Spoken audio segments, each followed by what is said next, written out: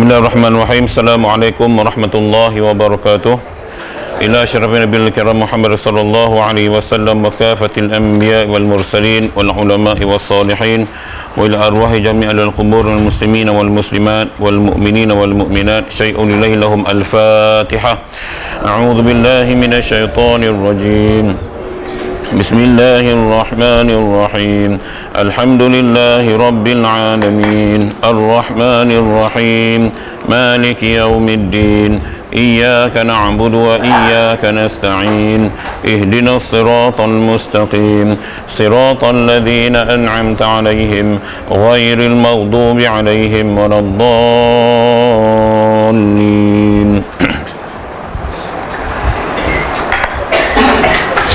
Alhamdulillahi rabbil alamin wa bihi nasta'in wal 'aqibatu lil muttaqin wala 'udwana illa 'alal zalimin wassalatu wassalamu ala rasulillahil karim sayyidina maulana Muhammadin wa ala alihi wa sahbihi ajma'in.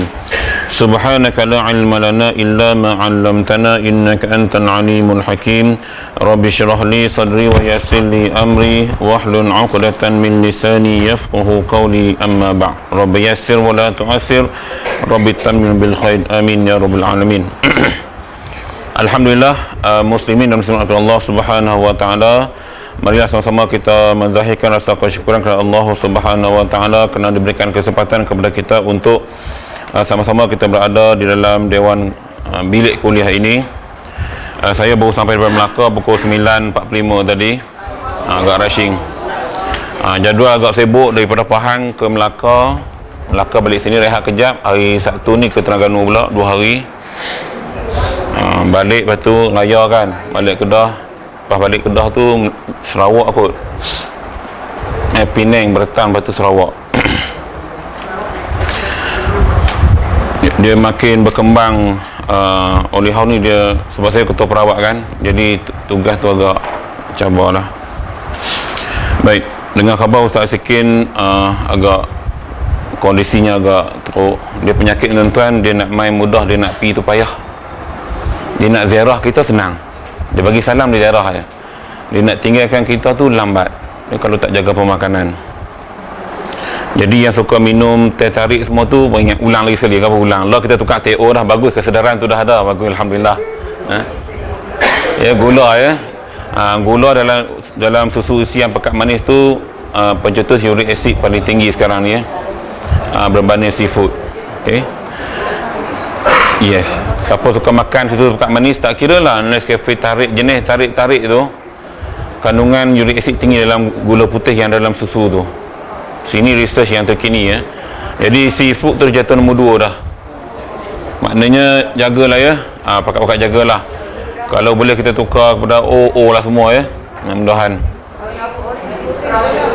Ya. Air putih saja pun tak boleh kira. Sepanjang masa kan dia nak manis juga. Kita TO kita okey lah ya. Tambah tauk serai lagi bagus. Betul-betul lama tu jangan tinggalkan ya. Saya beritahu sebelum-sebelum ni. InsyaAllah ya. Sepatutnya untuk kesihatan sehari 2 kali. Apa dia? Boleh dibenarkan untuk minum susu, minum air minum.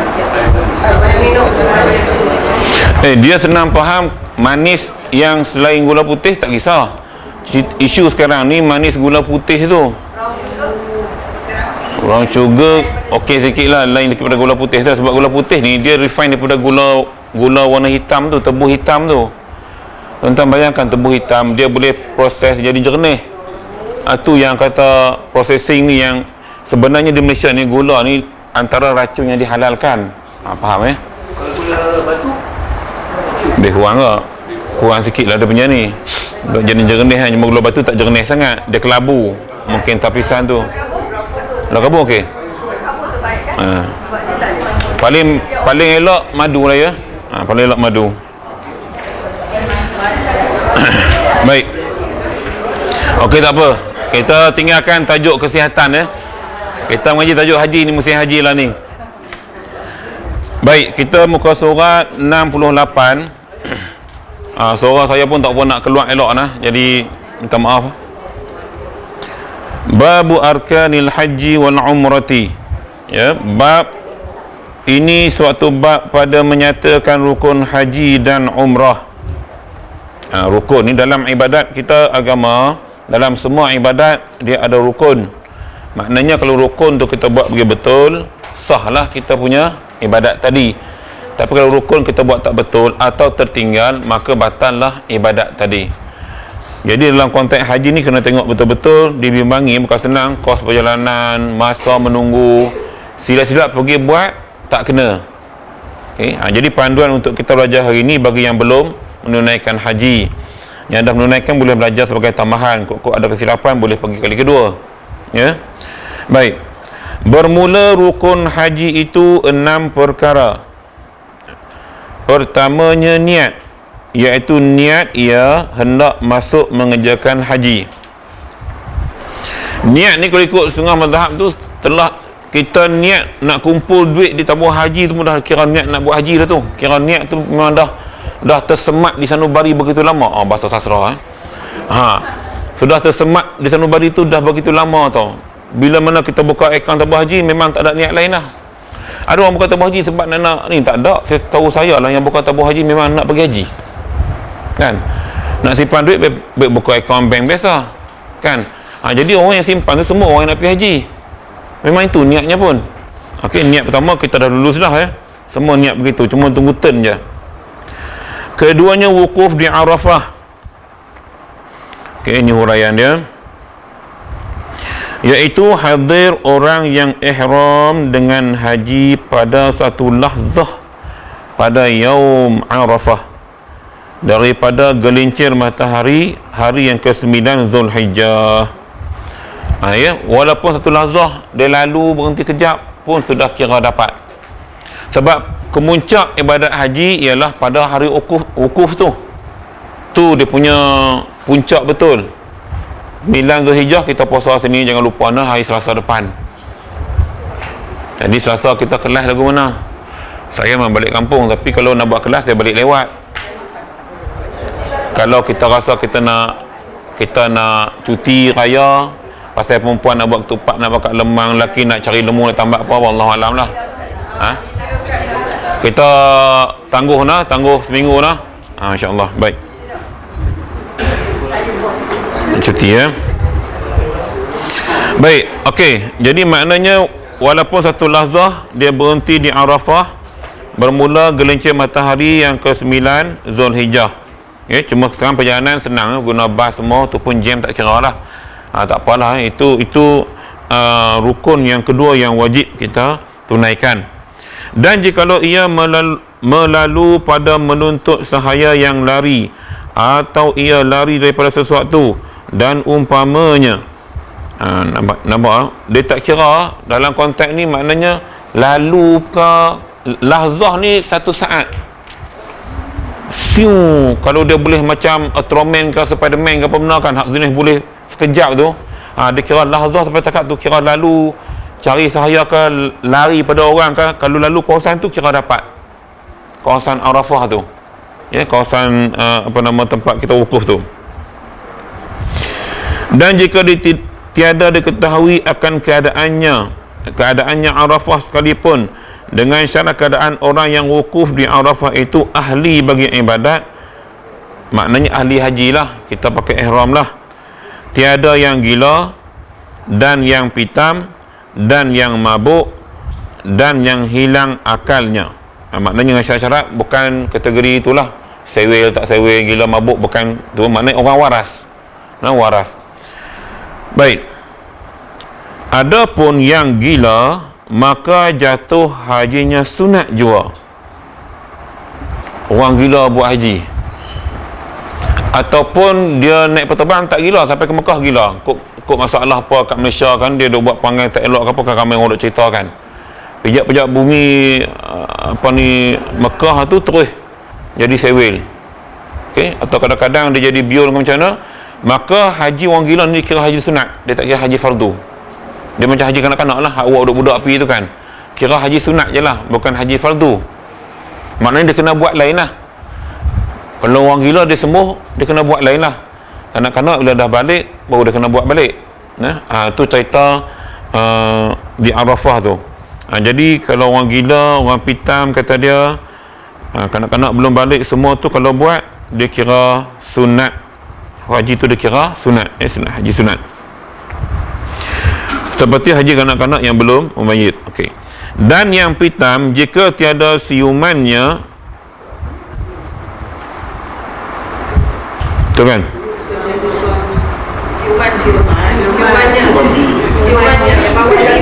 saya baca bawah sekali tu.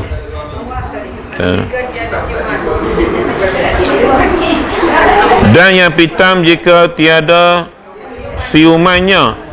Awak tulis suami ke? La haula wala. Apa kaitan pitam dengan suami ni? Betulkan balik ya. Tu kerana terjemahan ni kena tengok masalah bacaan. Dia pitam gila mesti siuman. Dia punya sedap balik lah ya. Cover balik daripada pitam tu. Tu saya terkejut tu saya baca. Sebab tu tuan-tuan bila baca terjemahan kan kena tengok betul-betul. Sebab tu kena rujuk kitab asal. Dibimbangi kita baca salah faham lah. Duk cerita pasal apa dia ni lelaki dia duduk kat sini, kita duk cerita pening kan suaminya. Baik. Yelah sebab kes gila pitam sedar itu kita panggil dah pulih siuman, dah pulih daripada pitamnya dan gilanya lah. Hingga luput waktu wukuf, luputlah hajinya, maka tiada sah daripadanya. Baik. Kes tadi katalah tiba-tiba 9 Zulhijjah petang tu dia pergi wukuf, kemudian pitam. Masa bumi ni memang dia kata suami. Tak, kita tengok Arab. Dia kesilapan terjemahan mungkin Saya rasa yang penulis tu mungkin tulis siuman, mungkin yang type tu. Dia banyak error berlaku waktu typing tu. Sebab kita nak cetak kan, waktu penulisan terjemahan biasa kita akan tulis ni manual. Itu pengalaman lah. Kita buat manual baru kita minta type balik. Mungkin orang yang type tadi dia duk baca siuman ingat suami kot, dia tulis suami. Lepas tu semakkan tak dibuat. Kalaupun dia buat editing mungkin dia tengok-tengok macam tu kan, dia tak tengok konten. Sebab tu dia ada panel semakkan pertama, kedua. Kalau kitab ni elok ada panel semakkan. Kan Quran kan ada panel semakkan. Tuan-tuan perasan tak dia tuliskan panel penyemak. Clear banyak penyemak, sah 5-6 orang, bukan seorang semak. Baru Jakin keluarkan cok yang kata diluruskan Kementerian Negeri Kementerian Negeri. Ni cerita buku agama kena macam tu lah ya. Baik. Kalau dia siuman, dia pitam sampai habis waktu Arafah, maka hajinya batal, tak sah. Tapi kalau sedap balik tak apa. Ini cerita pitam dan gila kalau dia pulih baliklah waktu tu. Kalau sepanjang tempoh tu dia tak sedap juga, maka luputlah hajinya, maka tiada sah daripadanya haji fardu. Nanya lah kes nanya sebab tu kita duduk di dunia ni jangan cakap sembarangan kan. Bila pergi sana macam-macam Allah uji. Banyak kes kita dengar macam-macam. Dan tiada pula haji sunat. Panjang tempoh wukuf. Ya. Kalau dia masuk Arafah dalam keadaan normal, kemudian katalah separuh hari, tak apa itu, dah dapat dah. Nikah daripada mula. Dan yang mabuk yang hilang akalnya seperti hukum yang gila, maka jatuh hajinya sunat jua. Ini kita ulang yang tadi Dan yang tiada hilang akalnya jatuh hajinya fardu. Dapat baliklah. Kalau dia tak batal macam soalan tadilah maknanya kalau tak ada gila ataupun dia siuman balik semua okey, jadi hajinya itu kira haji fardu, bukan haji sunat. Sebab tadi kita bicarakan kalau orang tu pitam, kalau orang tu gila, dia buat haji juga, dipanggil haji sunat. Dia tak ada kira haji fardu lah. Baik. Dan berkekalalah waktu wukuf itu hingga fajar hari nahar, hari korban, hari kita raya. Maknanya fajar 10 Zulhijjah tu kira waktu wukuf dah tamat, dah habis mana kita dah siap-siap nak balik dah. Kan nak balik nak pergi buat rukunnya seterusnya lah. Boleh tak Ustaz? Sama, kategori sama. Dia sesuatu yang menghilangkan akal, walaupun satu lahzah. Kalau dalam istilah gila lah, hilang akal walau satu lahzah. Jadi hilang akal ni termasuk mabuk. Sebab tu arak haramnya sebab Dia bukan mabuk pasal arak. Mabuk dia tengok manusia, orang yang itu lain. Hak tu mabuk yang nak pening-pening tu sebab mabuk tengok ramai orang. Dia pelik ke maknya kau duduk kampung mana-mana orang tak ramai. Naik kapal terbang pun tak ramai. Pergi Mekah terkejut. Terkejut beruk orang panggil kan. Jadi dia jadi pening tengok ramai orang. Hak yang tu biasanya tuan-tuan, dari sudut kesihatan, orang yang dia darah rendah, dia memang tak boleh lagu tu. Hak yang darah rendah, dia duduk kawasan tu dia jadi pening. Pening tu lain, hak tu tak apa. Hak tu dalam kewarasan. Sebab kalau dia pitam pun sekejap je pun. Jarang dia pitam, dia cuma pening sekejap, tapi dia masih conscious, sedang. Hak mabuk ni, hak minum arak semua, dia tak sedang. Itu dia buat kerja pelik-pelik. Saya kenal sekali waktu bercuti di Fraser hotel kan, kita duduk parking bawah, orang gila India mabuk, dia toreh kereta. Sikit je lah kena tu, tapi buat report lah, dia bayar balik lah, on the spot bayar balik kat balai polis lah. Ok, jadi mana tu gila, dia tak sedang kereta siapa, dia main toreh kan, sebab dia gila dan ada saksi nampak. Ok, jadi ini kira buat sesuatu tanpa kesedaran, di luar kesedaran. Gila dah tu ya. Orang waras dia tak buat kerja yang tak elok. Ok, sebab dia waras. Baik. Rukun ketiganya tawaf ifadah. Tawaf banyak jenis ya tuan-tuan. Kalau tuan-tuan pergi kursus, dia ajaklah tawaf qudum, tawaf sunat, tawaf ifadah, tawaf wida'. Yang tu cerita tawaf lah. Siapa yang duk pergi kursus tu dia tahulah ya. Ni saya bagi ingat balik, kita pun ingat balik. Jadi tawaf yang wajib kita panggil tawaf ifadah. Tawaf rukun dipanggil. Tawaf yang untuk mensahkan haji kita tadi. Dia ada kita duduk sana lama, kita tawaf. Yang tu tawaf sunat. Kita baru sampai tu tawaf qudum, selamat datang. Qudum selamat datang, welcome. Kemudian duduk lama sikit kita dah buat tawaf, itu tawaf sunat. Tapi yang ni dipanggil tawaf ifadah. Tawaf dalam keadaan kita dalam musim haji, kira tawaf ifadah ya, wajib. Bermula syarat bagi saf tawaf 8 perkara ya. Syarat sah tawaf tu ada 8. Kalau tak penuhi 8 ni, tawaf kita tidak sah. Nak ulang balik. Pertamanya, bahawa ada ia 7 keliling. Mesti 7 kali pusingan. Syarak memang meletakkan gitu dalam ibadat, dalam agama. Semua angka ganjil ya. Basuh wuduk sama ada 1 atau 3, tapi tak ada lebih pada itulah. Tapi macam ibadat yang agak tough ni, dia berat. Sa'i 7, semua jenis 7. Haji banyakkan jenis 7 ya. Baik. Jadi 7 kali pusingan.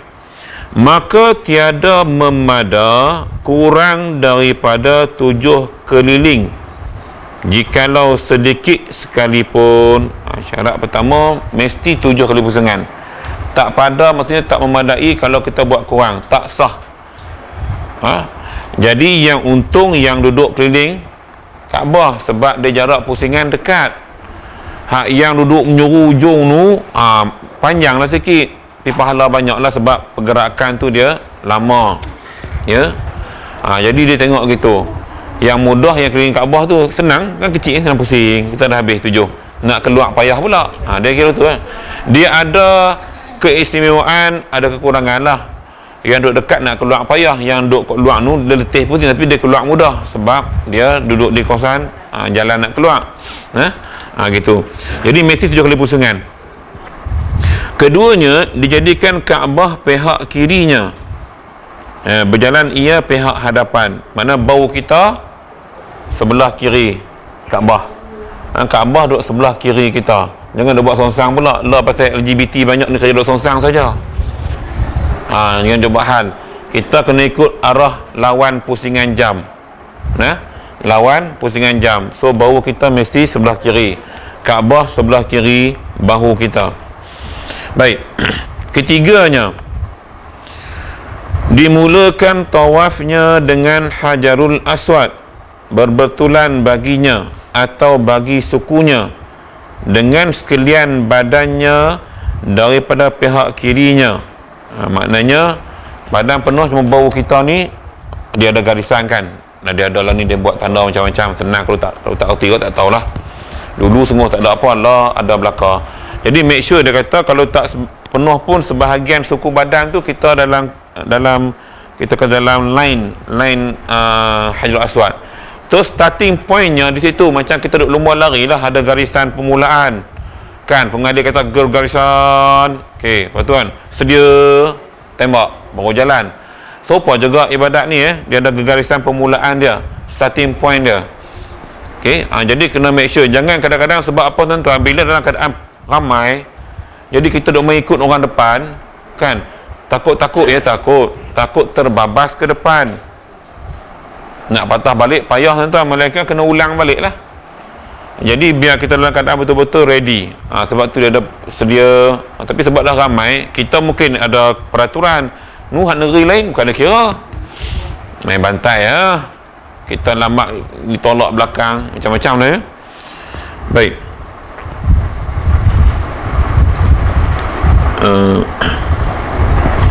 Seperti dimulai dengan umpama pintu Kaabah. Situ kata macam tadi. Siap. Dimulakan tawafnya dengan Hajarul Aswad, berbetulan baginya atau bagi sekurang-kurangnya dengan sekalian badannya daripada pihak kirinya. Maka jika dimulai dengan lain daripadanya, seperti dimulai dengan umpama pintu Kaabah, tiada dihisapkan tawaf yang dahulu. Maknanya tak dikira sebagai tawaf. Kita ni mungkin nak buat lain pada yang lain, bukan main kan. Letih ingat dia buat mula dekat Hajarul Aswad ni, kita mula pintu Kaabah lah pula. Nak pandai sendiri, jangan tuan-tuan ya. Kena ikut syariat yang Nabi Allah Adam buat dulu, Nabi Muhammad buat. Ikut syariat, jangan duk pandai sendiri. Mana tahu kok kita profesor ke apa kan, mana tahu ngaji cerdik lebih. Nak buat ibadat pun law ni ramai jenis tu tuan-tuan, jenis hak suka buat rasa dia betul, dia buat sendiri tu. Tu yang sampai ajaran jenis sembahyang pakai niat saja. Saya ada satu kes tuan-tuan, murid saya kahwin dengan suaminya kita dah bercerai lah, kita buat kes anut ajaran sesat. Jadi suami kata kat bini dia ni, kata bila tak mau sembahyang semua, dia kata sebab abang punya makam memang dah tahap syurga dah. Bini dia mai ustazah, bini ustazah macam tangan saya duduk di Bukit Beruntung. Rupanya ada sejenis yang sesat kat Malaysia ni, dia punya pengaruh tahap pengikutnya bila dah sampai makam satu keadaan, dia boleh rasa sendiri lah. Kira dia boleh rasa sendiri, aku ni kalau tahap ni kira pakai niat semayang pun tak payah ni, pakai niat je, kira semayang dah tu. Jadi kita buat kes, kita file kat mahkamah, so dah bercerai. Jadi makna tuan-tuan, jangan sampai tahap cerdik tu lebih pada orang lain. Rasa cerdik sangat, mana boleh ukur kalau Allah sebut aqimus salah wa atuz zakah, dirikanlah kamu sembahyang, tunaikanlah. Cerita sembahyang ni cerita kena buat. Hang tak usah alim terang mana lah, tok wali ke ulama hebat ke, dia sembahyang ni benda perbuatan kena buat. Mana boleh niat gitu tak buat sembahyang. Hanya keringanan jamak qasar bila musafir, gitu je pun. Tang mayang kena sembahyang juga. Ni cerita setengah-setengah kalau kita logically thinking, kalau yang kita nampak biar betul ajaran ni kalau kita lah kan. Tapi sedak dah terpengaruh dengan ajaran tu, lama-lama dia kata tak apa, kira abang, saya ingat dialog dia cakap kat bini dia, abang ni kira tahap makam yang memang buat sembahyang ke tak sembahyang memang dah ahli syurga. Sedap dia cakap tu.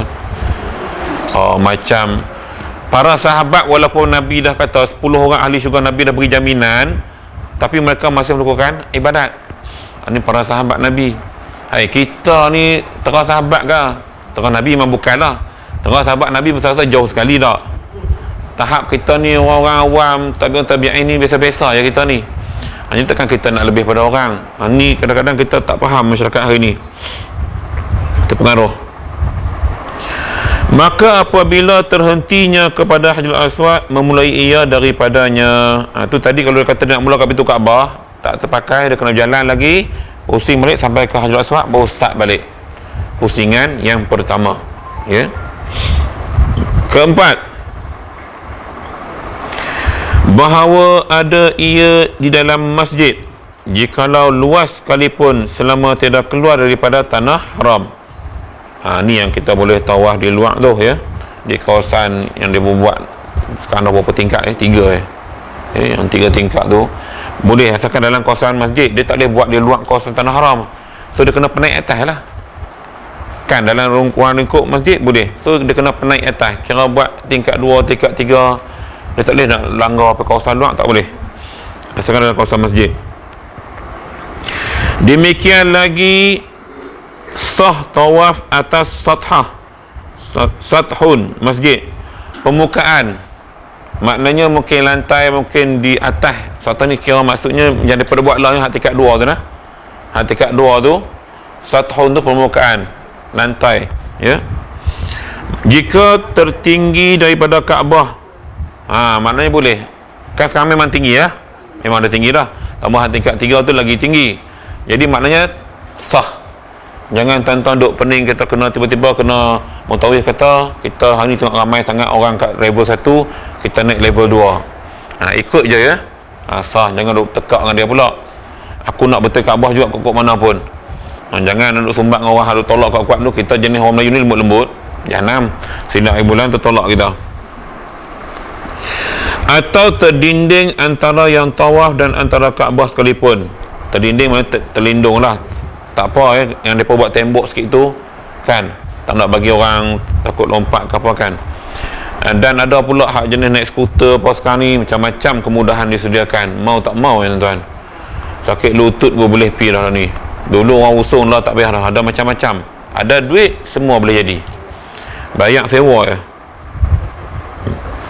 Baik, rukun syarat sah tawaf yang kelima, niat tawaf jika tiada terkandung oleh nusuk. Maknanya sini tuan-tuan, hak jenis yang kita niat haji daripada awal tu terangkum. Ni hak jenis niat sesuatu, niat nak wukuf, niat nak ni, tawaf pun dia kena niat, ya, niat nak tawaf. Mana kita habis rukun, kita habis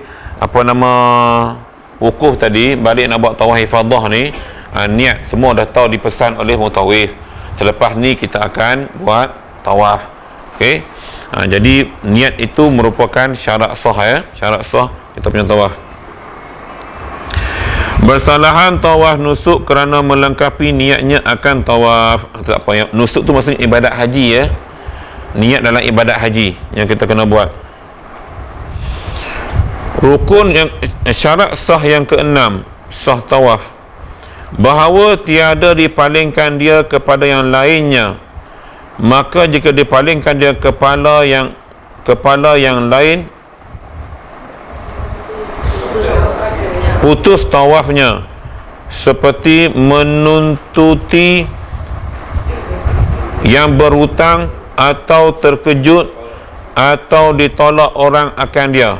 Ini cerita bukan sakat tawaf, ya tuan-tuan, semayang pun kalau dah kiblat tu kita dah terpusing, maka solat tadi tidak sah, sebab syaratnya mesti menghadap kiblat. Syarat sah solat, bukan rukun solat, syarat sah solat, syarat yang nak mengesahkan solat kita tadi. So mana-mana ibadat pun kita afdal menghadap kiblat. Doa sunat menghadap kiblat. Sebab tu kalau tuan-tuan lihat imam kan, bila dia lepas la ilaha illallah tu, Allahumma antas salam, dia akan pusing ke kanan, okay? Dia akan tengok siapa yang habis tak habis. Kalau masih sembahyang, dia akan perlahankan wirid tadi. Itu hikmah dia, dia bukan pusing saja-saja tu. Setengah imam tak faham, dia terus, ya. Terpulang kadang-kadang, saya pun kadang-kadang saja tak pusing, kadang-kadang kita di luar kebiasaan lah, tapi elok kita pusing. Lepas tu bila nak doa, kita pusing balik ke arah kiblat nak berdoa, tu sunat. Benda-benda macam ni kadang-kadang para imam kita kalau tak ada khusus, dia tak tahu, dia pakai ikut dia je lah. Okay, itu semua ada amalan Rasulullah ketika mana baginda solat bersama para sahabat. Baik, jadi kalau kita pusing paling kepala ke badan ke, kalau bukan ikut yang sepatutnya, maka tawaf tadi tidak sah. Cerita senang, bila bahu kiri memang kepala menghadap ke hadapan, badan ke hadapan. Mustahil kalau bahu kiri kepala kot tu payah jumpa kot. Walaupun dia ahli gimnastik pun sekalipun, dia mesti kena ikut cara dia. Mana nak beritahu kan, kok dia ahli gimnastik, dia boleh pusing kepala lagu mana akan dia buat. Nak tunjuk waktu di Mekah, batal. Sebab apa? Dia mesti pandang ke hadapan. Okey, badan kita ke hadapan, pusing. Baik. Seeloknya badan kepala sekali. Tapi kalau kita tulis kalau kepala pusing, boleh tak boleh sebenarnya, dia mesti situ. Pusing sini maknanya terbalik daripada sasaran penghadapan. Kalau setakat tulis sikit sini pun masih lagi dikira hadapan. Macam kita semayang lah, kita nak purpose di Kaabah, kita tak tahu di mana arah tuju, cuma arah kiblat itulah hadap kita. Jadi maknanya kalau kita dah miring sikit dalam ruang lingkup, kita mengaji hari tu, tajuk solat kan, kita dah mengaji hari tu, masih dikira sah. Yang tak boleh ni kira berapa darjah. Kalau kita pukul rambut tu pukul 3 tu nampak tak betul dah. Kalau pukul 12, pukul 1, pukul 2 kira okey lagi lah.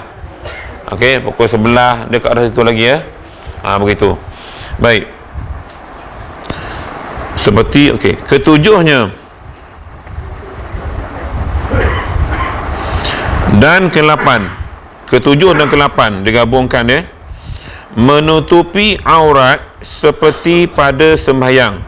Jika laki-laki ditutup antara pusat dan lutut, dan jika perempuan yang merdeka sekaliannya badannya melainkan muka dan dua tapak tangan, dua tangannya. Dan suci, kita ulah yang aurat dulu. Jadi kita di Malaysia ni banyakkan kita ihram jenis lilit ni kan, setengah tu dia tengah buka, sini tutup, bawah tutup. Dia macam-macam kaedah lah. Kalau tengok negara-negara lain tu, yang penting tutup aurat, kategori macam kita sembahyang. Okey, baik. Dan suci daripada hadas asghar, hadas kecil. Asghar tu maknanya hadas kecil, ya. Dan daripada akbar, hadas besar.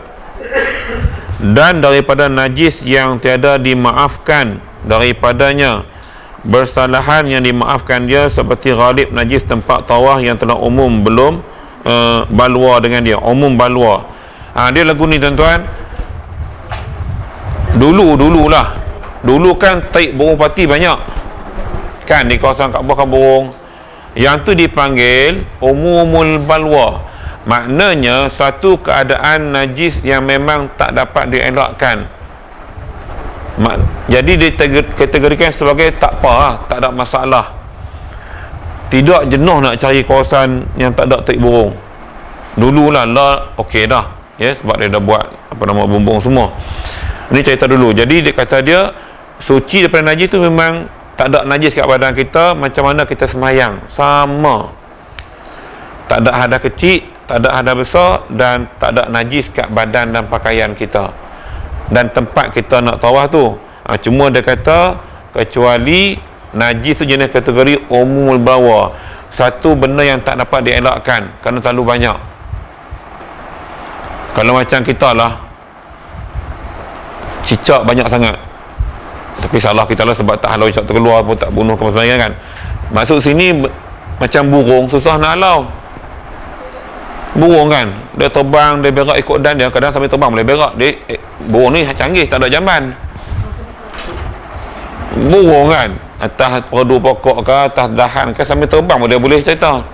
Tu yang kadang-kadang bila kita bawa kereta, tiba-tiba taik burung jatuh atas cermin kereta, kita duduk heran. Highway berak daripada atas, kena bumbuk cermin kita. Biasalah burung, itu tak dapat dielakkan. Di Mekah kalau keadaan begitu, burung patilah isunya ya, banyak, maka tak jadi masalah ya. Okey, jangan kita bimbang pula, itu dikira umumul balwa ya. Saya baru ni kan, kalau sekarang saya selingkuh saya lama dah tanya-tanya masa saya pergi Mekah tu, saya bilang pada tahun 2003 masa tawaf wida. Okey, Sudah tawaf tu terus naik bas untuk ke Jeddah dan Jeddah. Jadi masa sudah semua tawaf tu, bila nak pergi ke bas untuk balik ni, baru saya sedar di telekom saya tu ada typo. Jadi saya duduk macam Duk risau kan? duduk risau. Tidak tahu bila typo tu. Cuma sedar masa nak naik bas. Jadi sekarang Ustaz cakap macam saya dah selesai. Lama dia pendam 2003. Betul. Sebab kita mungkin isunya, saya tak pasti dalam kursus haji dia sebut tak isu ni. Dia basicnya kan, sebab dia orang bagi kursus melihat situasi semasa. Maknanya keadaan Mekah macam mana, itulah dia orang bagi kursus. Reality, real. Kitab cerita daripada zaman sejarah sampai reality. So bila kita mengaji, sebab tu saya katakan kadang-kadang berlaku. Waktu 2003 memang banyak lagi mupati. Banyak. Jadi bila dah tengok hari ni, tak apa, tak ada masalah. Itu dipanggil umumul balwa. Dia sama macam ni lah tuan-tuan. Duit kita kan, kita kata duit kita bersih lah. Tak, duit kita ni kadang-kadang hak kita terima gaji kan. Kadang-kadang daripada kilang arak, judi, saham arak, apa semua kan, genting semua kat bank negara. Oh, nak kira aku tu jenuh lah. Ni daripada mana, tanya bank pula. Mana bank boleh beritahu kan, duit ada dekat mesin ATM pun serupa kan. Kadang-kadang orang hak judi untung, dia bank in kat situ. Kita pun kan ada yang ATM cash deposit boleh semua tu kan, boleh keluarkan duit. Nak kira macam tu jenuh. Itu dia panggil kaedah fiqh. Dalam kaedah fiqh kita panggil umumul balwa, suatu keadaan yang memang tak dapat dielakkan. Kalau gitu jenuh kira lah tuan-tuan duit. Siapa kita buh duit dalam bank, walaupun untuk tujuan pelaburan syariah, dia dah sedut data angka tu betul, tapi duit tadi, duit yang betul-betul duit kita bukan, sebab dia dah campur semua. Dia punya ni dah lain. Tu kena faham lah. Tak dapat dielakkan lah. Tidak jenuh lah kita buat duit sendiri tu, buat duit sendiri senang. Dia tak boleh benda yang tak boleh buat, nak buat guna. Tu fiqh membenarkan, mengharuskan. Baik. Keempatnya, yakni rukun haji yang keempat, sa'i antara Safa dan Marwah 7 kali. Maka jika kurang daripadanya, jika sedikit sekalipun, tiada memadai. Maknanya kena cukup 7 kali, ulang alik. Lah tak apa, tak panas apa, mau clear dah ni. Waktu Siti Hajar cari Ismail, cari air untuk Nabi Ismail dulu, sejarah sejarah sa'i itu daripada kisah Siti Hajar. Dia nampak Fata Morgana, nampak macam seolah-olah macam ada air, rupanya padang pasir. Dia berulang alik sampai Nabi Ismail tendang kaki tu, yang akhirnya Zam-Zam keluar mata air, yang mana sekarang tempat tu tempat telaga Zam-Zam. So sejarah ini jadi panduan untuk kita. Kalau kita lihat periknya Siti Hajar ulang alik Safa Marwah tu kira jauh juga tu ya. Cuma bila dalam keadaan terowong tertutup tu kita tak nampak jauh sangat lah. Tapi kalau hakikat padang pasir, saya rasa nampak jauh. Sopa kita tengok sini lah, tuan-tuan di sini tengoklah cottage, jauh juga tu rasanya lah perasaan. Tapi bila buat terowong kita buat ni, tak jauh mana pun. Nampak tak? Perasaan tu tetap ada jauh. Itu sa'i. Baik, bahawa dimulai dengan Safa dan disudahi dengan Marwah. Mula di Safa dan disudahi dengan Marwah. Yang tu kita boleh tengok sendiri lah ya. Baik. Itu sa'i. Dan ketiganya, bahawa ada ia kemudian daripada tawaf rukun atau tawaf kudum, dengan syarat bahawa tiada diselangi antara tawaf kudum dan antara sa'i oleh wukuf. Ni hak cerita nak buat mana satu dulu. Jadi boleh kita sa'i, kata dia di sini, selepas tawaf ifadah ataupun selepas tawaf kudum. Kalau kita main lambat lah, main ni orang nak flight sekali dua ni kan, last bila ya? Esok. Kira depa ke Mekah tu okey. Biasa masih ada masa tu. Ni ceritanya yang tak ada masalah. Yang pi tu mungkin 8 Zulhijjah dia buat tawaf kudum, ataupun pergi 9 Zulhijjah pagi tu sampai dia buat tawaf kudum, dia boleh buat sa'i tu, tak ada masalah ya. Kita Malaysia saya tak pastilah, sebab saya tak nak buat haji, jadi tak tahu nak cerita lagu mana. Baik. Kemudian daripada tawaf rukun atau tawaf kudum dengan syarat tiada diselangi antara tawaf kudum. Okey. Antara sa'i oleh wukuf, iaitu bahawa ia sa'i dahulu daripada wukuf, maka jika diselangi oleh wukuf tertegahlah sa'i, melainkan kemudian daripada tawaf ifadah. Dengan syarat antara tawaf kudum dan tawaf ifadah tu kita tak buat benda lain, kita tak buat rukun haji yang lain, maka boleh kita buat sa'i dulu, kemudian baru kita pergi wukuf. Tu mungkin haji ifrad kot. Ada sebab ada 3 jenis, ifrad, tamattu', qiran, ya. Baik, mungkin ifrad lah kot ya. Kelimanya, menghilangkan 3 orat rambut kepala. Helai lah, bukan orat bahasa kita moden, 3 helai. Orat ni kita faham duduk dalam badan kan, tu orat nampak. Bahasa dulu ya. 3 helai rambut kepala dengan barang mana kaifiat ada ia, dan orang yang tiada rambut kepalanya maka sunat dilalu.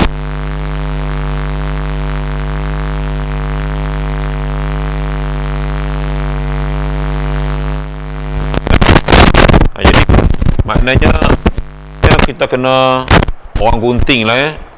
Tengah orang cukok terus, biar ada kenangan rambut kita duduk kat tanah haram sana tu. Ni sayang rambut, remeh dia sayang.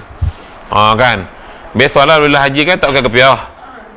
Jadi sayang remeh sikit je, cukok semua lah tuan-tuan. Dia tumbuh balik, bukan tak tumbuh. Lomok minyak zaitun banyak sikit, tumbuh cepat lah. Gitu. Jadi jangan duk sayang lah, biar ada kenangan rambut kita di sana, ada sejarah ya. Esok Tuhan tengok, ada bukti ibadat haji kita tu. Sebab nak buat benda ni tak boleh, nak potong kuku semua tak boleh, benda ni tak boleh, kecuali selepas selesai wukuf. Ni kita gunting rambut at least 3 helai. Kalau tak ada rambut memang botak dah, dia suruh lalu pisau cukok ni, lalu je. Lalu je buat syarat. Keenamnya, tertib. Pada kebanyakan rukunnya, iaitu tiada sah wukuf melainkan didahulukan ihramnya. Tertib ni maksud betul-betul lah ya. Dan tiada sah tawaf melainkan orang yang telah terdahulu wukufnya. Itu tertib betul-betul. Dan tiada sah sa'i melainkan orang yang telah terdahulu tawafnya, yakni tawaf ifadah atau kudum. Maka sah didahulukan bercukur daripada tawaf dan sa'i, dan sah sa'i dahulu daripada wukuf dan tawaf ifadah jika sudah dikerjakan dia kemudian daripada tawaf kudum. Baik, ini yang keadaan kita bicarakan tadi lah ya, ikut turutan mana-mana dulu yang dikira dalam ibadah haji sebagai sah ya, diterima. Tak apa, kita ada yang orang yang mahir, kita ikutlah yang mahir di sana ya, tabuh haji. Baik, masuk kita rukun umrah. Umrah pendek ya, tu orang suka pergi tu. Bermula rukun umrah 5 perkara. Yang pertamanya niat. Niat nak buat umrah. Yang keduanya tawaf. Ketiganya sa'i dan menghilangkan 3 orat rambut halul ya, kepala, dan tertib. Makna yang bezakan di sini ialah tiada wukuf. Tiada wukuf di waktu kita buat umrah. Jadi kepayahan di wukuf tu tak terasa lah. Melontar pun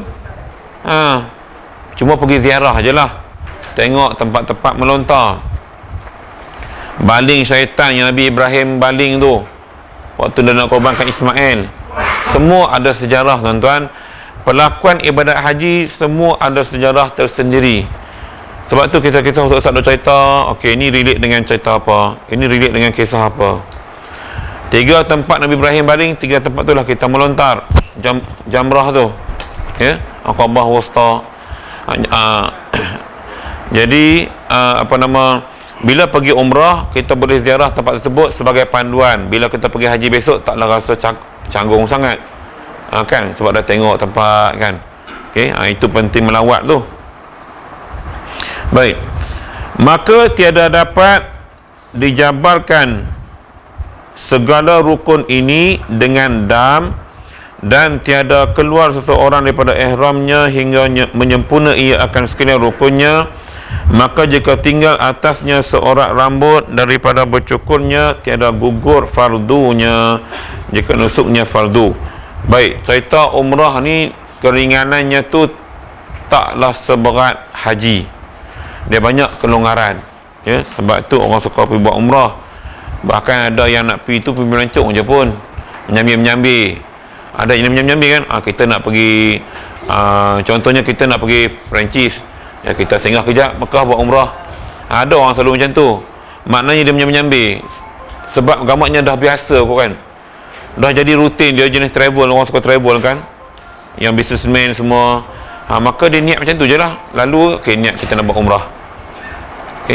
Tapi yang susah ni nak pergi, Allah, kemas daripada rumah nuri doa selamat lagi, meleh lembu lagi.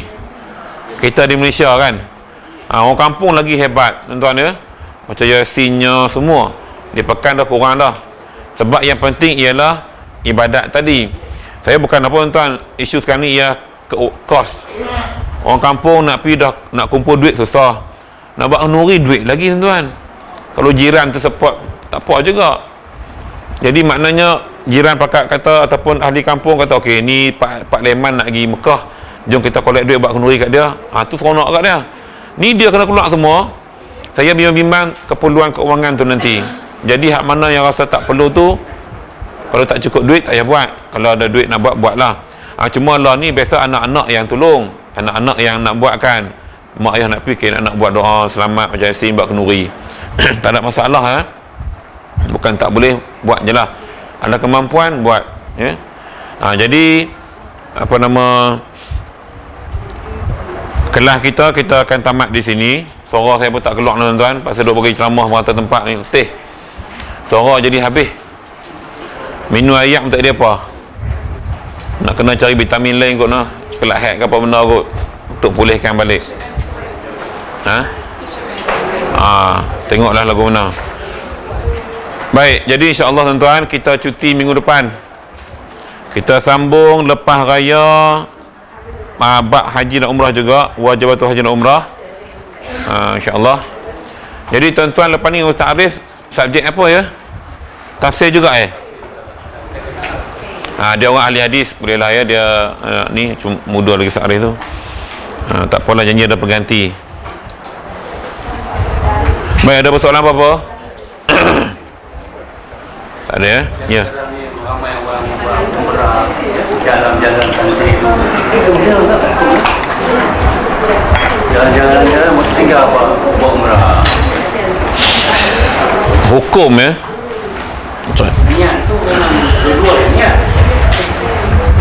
Pasalnya mesti jalan apa nak umrah. Dia sekarang ni isu ibadat kita ni, bila kita buat kena dengan rukun, kena dengan syarat sah lah. Cuma dalam agama kita innamal a'malu binniyat. Kita bimbang bila niat tak betul ataupun tersalah niat, ibadat tadi tak ada pahala. Dia sah. Dia cerita tuan-tuan, macam kita semayang pakai kain curi lah. Kain tak ada, curi kain orang. Mayang sah, tapi perbuatan mencuri tadi tetap dosa. Tetap dosa. Jadi sebab itu kalau dapat niat daripada rumah tu, kebetulan memang kita nak pergi ke Perancis sebagai contoh, nak tengok Barcelona bermain dengan apa-apalah ni, contoh bola. Tapi dia niat saya, aku kalau boleh nak singgah buat umrah dulu, baru nak pergi. Tak apa aku tu, niat nak buat tu. Tengok sebab sekarang ni dia isunya nak daftar visa semua. Kita kena tengok dari sudut teknikal tu banyak. Sebab tu kalau nak buat umrah betul-betul habis clear tu, pergi nak ziarah mana-mana pun tu lagi bagus. Niat pergi Mekah dulu. Sekarang macam ni Ustaz, dia package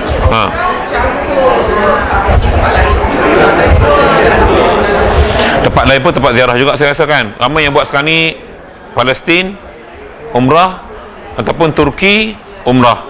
Yang setakat ni lah, semua tempat-tempat yang disebut tu tempat-tempat yang ada sejarah silam agama kita, disebarkan. Tak. Tuan-tuan, Turki pun bagus. Di situ boleh lihat sahabat Nabi Salahuddin Al-Ayyubi. Ya, kubur dia. Banyak kita boleh lihat bagaimana Sultan Muhammad Fatih membuka kota Konstantinopel, kota bumi Turki itu. Islam disebarkan begitu. Dan ada link juga dengan hadis Nabi bila mana para sahabat yang nak, kalau kita katakan kalau tak ada sahabat-sahabat yang menyimpan khazanah daripada Mekah Madinah di Turki, sudah pupus tempat sejarah di Turki sekarang. Mujuk masih ada kain Kaabah, masih ada jubah Nabi, masih ada semua yang dipamerkan di muzium di apa nama tempat Pemuakali apa? Kap Kapi. Tok Kapi. Tak ingat dah saya. Ya. Pergi daerah tu tuan-tuan, kalau tak ramai kita boleh duduk lama-lama kan. Ni kalau ramai tak boleh nak tengok Quran yang tulisan tangan, nak tengok banyak benda lah, cincin Nabi. Semua sejarah tu kalau tak ada dulu sahabat bawa, sekarang memang dah habis pupus rumah Khadijah, tak ada. Semua dia kira nak buat perbesar masjid. Jadi hilang nilai sejarah. Sebab sejarah itulah yang mengajar kita pengajaran tentang kehidupan kita di awal agama dulu hingga kita dapat hari ini. Itu penting, belajar sejarah tu kena wajib. Tidak sampai tak tahu asal-usul. Pening siapa pendatang, siapa yang bermukim. Kan? Pening sebab tak ngerti sejarah. Ni isu-isu yang melibatkan politik. Ni kita minta sejarah ni pelajari. Cuma kadang-kadang cara penyampaian tu jadi orang tak minat. Cikgu mengajar pun jenis baca buku sejarah, duduk. Memang budak lena. Ada gitu ya. Nak bagi minat tu. Sebab itu kita kalau boleh tempat sejarah ni pergi melawat. Jangan boring yang melawat. Tempat kita pun banyak, di Malaysia pun banyak pergi melawat. Baik. Okey, kita kata cukup dulu untuk pagi ini, insya-Allah. Yang baik itu daripada Allah Subhanahu Wa Taala, yang tidak baik itu daripada kelemahan yang ada pada saya sendiri. Aku wa astaghfirullah alazim wa lakum. Wassalamualaikum warahmatullahi wabarakatuh. Bismillahirrahmanirrahim. Alhamdulillahirabbil alamin, wassalatu wassalamu ala Rasulillah wa ala alihi wa sahbihi ajma'in. Allahumma arhamna bil Qur'anil azim waj'alhu lana imaman wa nuran wa hudan wa rahmah. Allahumma dzakirna minhu ma nasina wa 'allimna minhu ma jahilna warzuqna tilawatahu ana al-layli wa atrafan nahar waj'alhu lana hujjatan ya rabbal alamin.